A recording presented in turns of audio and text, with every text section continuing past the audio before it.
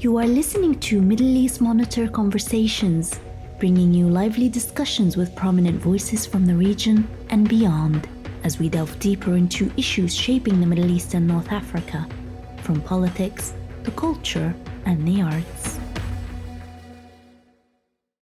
Hello to our audience. Welcome to Middle East Monitor Live. I'm Usman Butt, your presenter and host for today.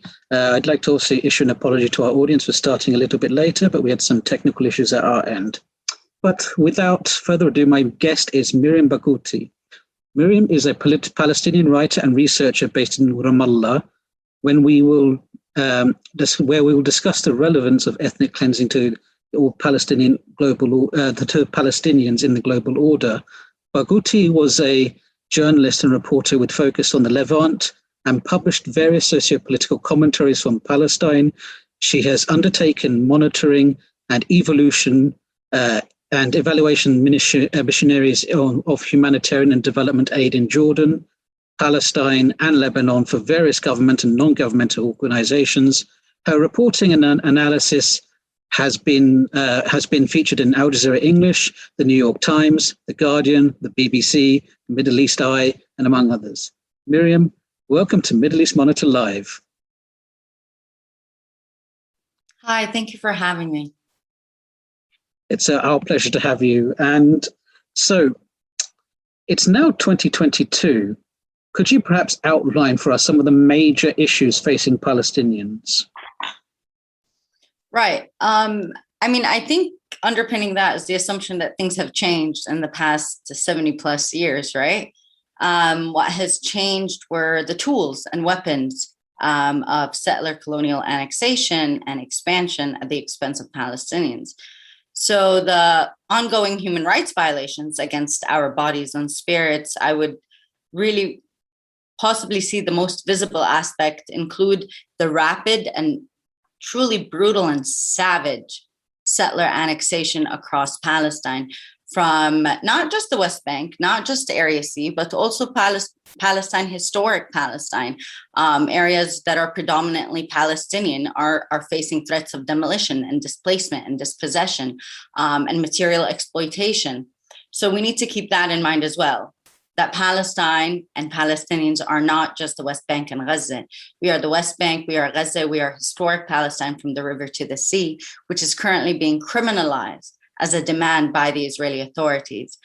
The settler militia violence that continues and persists, and when I say settler militia, I am referring to both the armed alleged civilian settlers that are scattered across more than 60% of the West Bank, and the police and soldiers and army that protect them, as well as the Israeli courts that continue to legitimize them internationally. That is the settler militia that we are facing, completely emboldened, that is under control of a nuclear power and has some of the most advanced weapons in the world, as Palestinians are literally under the mercy of their weapons and their own selves in terms of shooting or not shooting. We are also facing increased corruption within the Palestinian national authorities and factions like Hamas that is de facto governing Gaza. And it's really important that we keep bringing up this corruption, because just this past June of 2021, Nizar Banat was politically assassinated by a group of Palestinian security forces, and that somehow seems to have slipped our minds, as if enough time passes, it is okay to kill us. And it is not by the Palestinian Authority, not by Hamas, not by the Israeli settler militia.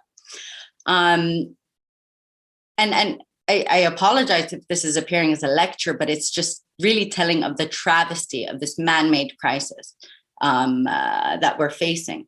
We're also facing international encouragement of Zionists. I'm sorry, but a condemnation letter is not a condemnation letter. It is encouraging the Israeli Zionist movement to persist and continue relentlessly, saying that, well, the worst you'll get is a slap on the wrist. It's okay, keep going. And that is what we're facing when we say international encouragement within the diplomatic sphere. And it's disempowerment of us. It disempowers Palestinians. It delegitimizes our resistance. as if anyone gets to dictate how we should resist when we are literally being kicked out of our homes at gunpoint, at tank point, at F-16 jet plane point, at drone point, at bombing point. Let that resonate. So it does disempower us at a collective level, and that it impacts our ability to move forward in our political struggle. And then you have the attacks on advocates and journalists and researchers and diplomats that are being brave enough to call Israel apartheid. And apartheid is just one factor of the larger settler colonial project, but that's becoming the problem.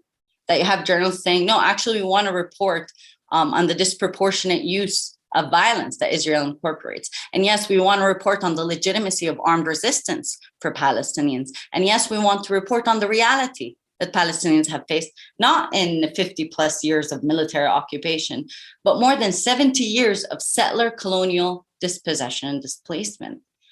And I think these are a lot of the highlights. But all of this is our intimate lives in between and us trying to navigate it. And that's another issue, that we are neither your heroes nor your victims. And we have to navigate that now too, fighting the media to represent us right. It's 2022. Yes, indeed it is. And unfortunately, it doesn't seem like it's not so much things are changing, it's the continuum on which things are happening. And I think probably one of the issues when discussing what is happening to Palestinians is the fact that we have this tendency to say, okay, well, it's now this year or it's that year. What has changed? What's moved forward? But of course, it doesn't, when you sort of try and make it a kind of minutiae of it is now 2022, what are these issues? It sort of ignores the fact that this is a continuing and ongoing issue that has been going on for many, many years, and it's not something that's going to resolve itself, right? So with that in mind, we have had obviously things that have changed in the wider world. So you've had normalization deals between Israel and the Arab states. We've had protests in East Jerusalem last year, and they sort of still go on even now.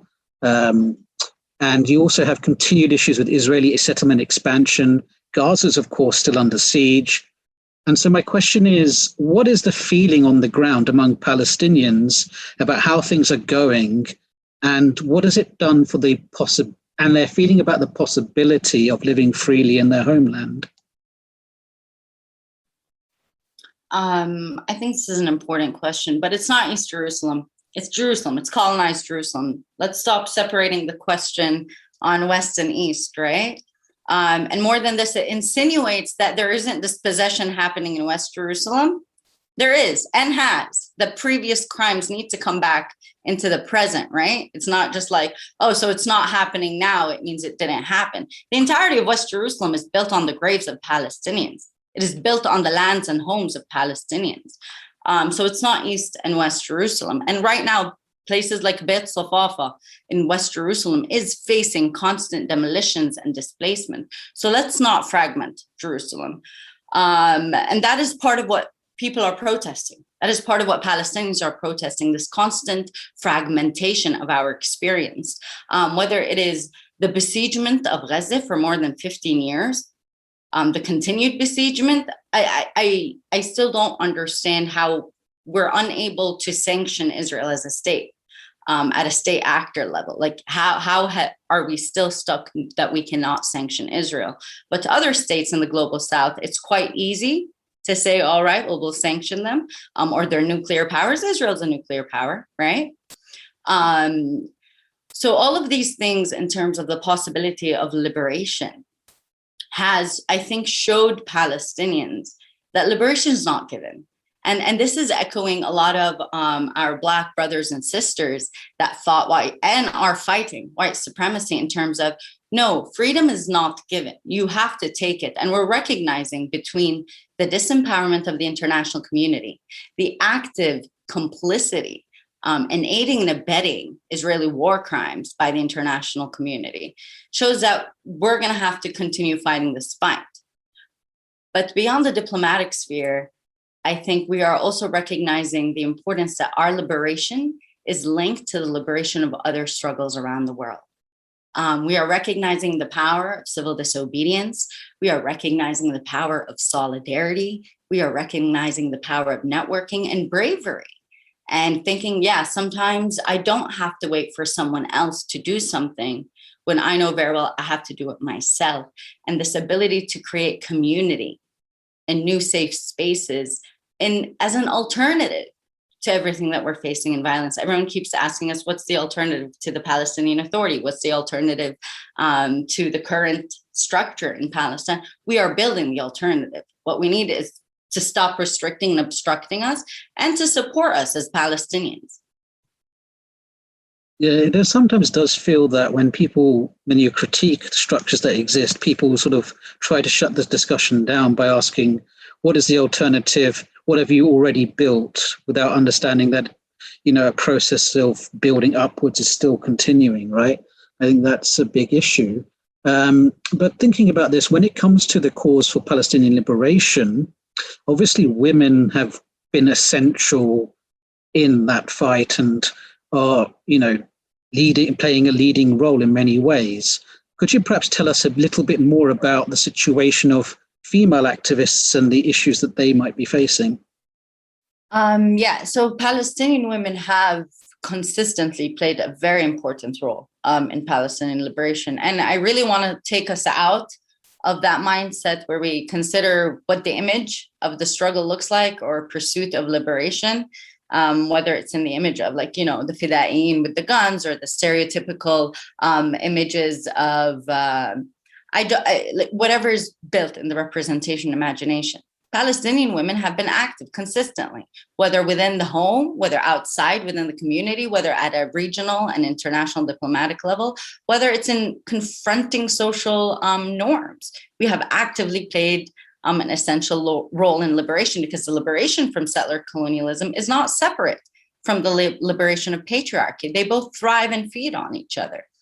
So I do think women have constantly played an active role in guiding the struggle into a more wholesome and holistic and inclusive idea of liberation. The issues that we face now are not very different than the issues we have consistently faced before. Again, the actual effort to dominate is not gone. The tools and weapons is what changed. Right now, we are still facing murder behind the pretext of honor killings in Palestine, as we are around the world. But in Palestine, it's increasing, especially after the impact of COVID-19.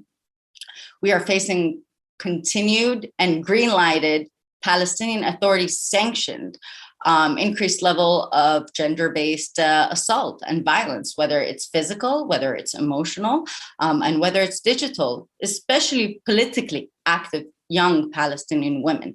We are facing slander. We are facing death threats. Our own families are being attacked by social exclusion. So these are all dynamics that continue to impact us. And we're also impacted by the Israeli military and Israeli settler regime in terms of capitalizing on our social dynamics. Imagine how sinister is that. And this is coming from the quote unquote only democracy in the Middle East, right? The state with the feminists and female soldiers on its force. It weaponizes patriarchy so it can assault and abuse Palestinian women and men, children included in that. And we are the voices. We are the voices that keep saying the stories over and over and over again. And we keep giving options and practice to implement, but it's continuously falling on deaf ears. So what is happening now within what I'm observing in the Palestinian feminist movement and what I'm observing at the larger political movement is we're taking things back to our hands. And those that are willing to brave it, please, by all means, join hands. And those that cannot, you cannot. And that's a position too. And that's what we're realizing. Not the binaries of things. We understand things are relative, but we're also giving back agency to everyone. Just like we're choosing, everyone gets a choice. Let's choose right. Yes, and thinking about this then, so moving on, so Netanyahu is gone. apparently. And in his political wake, we've got Naftali Bennett, who's now leading Israel. Meanwhile, Mahmoud Abbas is still PA, and how long he will last in that position. He may well become like an immortal North Korean style leader, who knows? How have these transitions of power in Israel in relation and what's happening in the PA impacted Palestinians, if at all? Right. So I don't think it was a transition of power. The power remains. It's very like it's a nuclear power. By that I also mean nucleus. It's very centralized to serve the settler colonial project. Whoever rules within the Israeli government, it doesn't matter as long as you're serving the settler colonial project. I mean, Netanyahu, forget all the human rights violations and war crimes and crimes against humanity that he greenlighted against Palestinians. The corruption within the sphere of his own Israeli society, the fraud, the abuses, and this just really shows you how the settler colonial project is inherently corrupt, right? It's very much inherently corrupt, but it also means that power is centralized to serve that vision, that greater Israel that comes at the expense of Palestinians, that serves Jewish-only supremacy, that serves ethnic cleansing, that serves apartheid. If you serve that, you're good. Let's also not forget that Yitzhak Rabin, who shook hands with Arafat, everyone likes that moment to bring it up, to criticize, right, the Palestinians for Oslo, even though the Palestinian Authority adhered to every amendment of Oslo Accords. But Yitzhak Rabin was assassinated by Israelis for moving forward in a peace process, which we know is not really a peace process. It is a way of shutting down on Palestinian attempt for liberation from the river to the sea. And I think the impact of it on us is recognizing that the power that these representatives really receive is from civil society.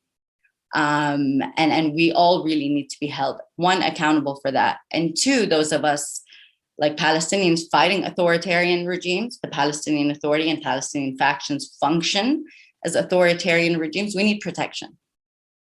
And we really, really need to keep at least the light on Palestine through accountability measures, not just condemnation letters. We're talking sanctions. I'm saying boycott. I'm saying divest. I'm saying mobilize. We really need that because words, as you see me speaking now, are just words. Just words, but they may well have an even bigger impact in the future, but they seem to be having an impact. And thinking about this, though, I mean, when you, as a Palestinian, obviously in Palestine, and who's had the chance to sort of visit other countries and so on, you've obviously seen how things have changed, right? That there is now greater consciousness around Palestine. And I sort of wonder, looking at this, how do you feel about that? How does it look from inside Palestine to look out at all of this emerging solidarity?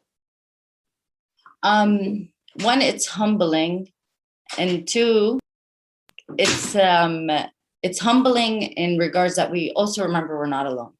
Part of the settler colonial military strategy is isolation, divide and conquer, and fragmentation. So it reminds us we're not alone. And for me, at least, other struggles have been lessons. We have been sharing lessons. We have been sharing histories that are continuously attempted to be erased by dominating powers. And it's very empowering, and I know sometimes we want to just say we're doing everything we can, but we need more. We really need more. We need more than just labeling Israel apartheid, practicing apartheid. We need to take it into accountability. We need to start pursuing sanctioning or legal action. You know what? If your representatives don't want to sanction Israel, it is our right as civil society to boycott. It is our right to not be complicit. It is our right to not actively fund Israel's weapons. And let's reclaim that right. So sometimes we think doing more is bigger than it is, but it's really on the way we practice our daily. Yes, it's actually quite interesting to think about because when you think about solidarity between Palestine and other places, I mean, it happens in the most interesting ways. I mean, for example, you'll recall back in, was it 2013 when you had the Ferguson protests, or was it 2014? The years have just gone out of my head with all this corona. But what we saw there is we saw Palestinian activists reaching out to Black Lives Matter activists and reaching out to each other and sort of cross-learning, and in a way in which would have surprised the power structures that were trying to police all of this, right? So we do see a lot of interesting things there, and the fact that you have Black Lives Matters, officially have people that visit Palestine as well. How important do you think all of that actually is? I mean, that's something I think just reminds us how systems of oppression are linked. Settler colonial endeavor didn't start with Israel. It started thousands of years before. And it goes back to enslavement, and it goes back to everything that supremacy and domination is built on. The concept of empire is much older than me. It's much older than my struggle. And I think what happened, for example, during the Ferguson rebellions and the constant confrontation of American white supremacy, is we shared stories. We shared each other's stories, and we found each other listening and validating and taking it into account and building on them. So, if we know how to deal with tear gas, we'll share how to deal with tear gas. If you know how to fight at a legal institution level, racial inequality, well, then tell us your story and your experience, because just like systems of oppression are built on one another, systems of solidarity also feed and nurture and nourish one another. And I think that's what these coming together did. And we didn't really reach out as much as it is, we carved spaces for exchange, right? And kept growing, and it's still growing, I think, beyond my own comprehension of it. Yes, indeed. I know we said in 2022, and it's not a great way of framing it. So my question now then is, what would you like global audiences to know about Palestine? That it's not just about Palestine, and to assume or reduce the Palestinian struggle to just one that is about Palestine. Forget the stereotypical concepts of what our struggle is, the quote unquote conflict, which it's not. But the reduction of our struggle to just about Palestine is also not understanding the labyrinthine system that Israel feeds off of. After every assault on Gaza, for example, it shows off its new weapons that have basically, they're pitching as tested on humans. And they get sold, and it helps the market flow keep going. So it's showing how it's interlinked, that the different things we're experiencing are as a result of an exchange happening between these powers of oppression. And right now, Palestine also acts as a meeting point to shift these relations, and it is time for us to shift these relations. It's going to take a lot. It is terrifying. I'm not going to lie to you. As Palestinians are protesting in the Naqab, as Palestinians in Sheikh Jarrah are getting displaced, but trying their best to keep a brave face, as Palestinians in Gaza have lost any hope of not just recovery and healing, but of the international community mobilizing after 15 years, beyond a point of it being a safe space to grow. Amongst all of that, we're going to really need to raise our voices. I think that's what Palestine is saying. Raise your voice, recalibrate, and hold our hands. It sounds very romantic, but it's hold our hands together. So obviously now, thinking of the future, what does it look like? What does freedom look like? That is such a good question, because we've been asking each other that question. We're like, okay, so what does freedom look like? Because we've been denied the space to have these discussions, quite literally denied. Israel is detaining Palestinian university students for speaking with their friends, basically about our reality under political talk. and they're detaining them in detention centers that are placing them under abuse, from being held for hours at a time, denied food, denied lawyers. So I don't know what liberation is. But for me, the first step is having that space to think it. I think that's liberation is in steps. It's not a holistic, it's not a utopia. It's one by one, just doing better. And right now it's having that safe, protected space for me to imagine my liberation. And then maybe you can ask me that again. I would love to. But do you think you would see it in your lifetime? No, I don't think about that. I walk into this life thinking, I don't know if I'll see it in my lifetime, but I will continue fighting for it. Not because, again, of some romantic idea, but because my daily life, the daily life of any child I have, the daily life of any coming generations have, cannot sustain under this. That is what pushes us. It is not the romance of struggle. Struggle is not romantic. It is not pretty. It is very, very ugly. It is the potential to have at least a space to think about liberation. And from there, you grow upon that incremental change. And in the 3 minutes we have left, what does the future look like for you personally? What is it you're going to be doing in the future, or in the near future? What does the future look like for me? Yeah. I really wish I can answer that. You don't know. You really don't know in Palestine. There's, you can have so many privileges, from a dual citizenship to financial security to I don't know, but you never have security. You don't know what will happen. Tomorrow, Israel can decide to start bombing Gaza. It can decide to want to annex my village. So you don't really know. But what I do know is growth. I think I feel at a global level, we're all moving towards more growth and understanding. I really hope it does not come at the cost of a lot of could have been avoided and unnecessary violence and damage at our lives, and persistent, unhealthy and toxic dynamics like settler colonial annexation. Come on, And with Miriam, I'd like to thank you for talking to us today at Middle East Monitor Live. And to our audience, thank you for tuning in. And please do join us again next week for another Middle East Conversations Live. Thank you very much. Thank you. This was Middle East Monitor Conversations, brought to you by the Middle East Monitor in London.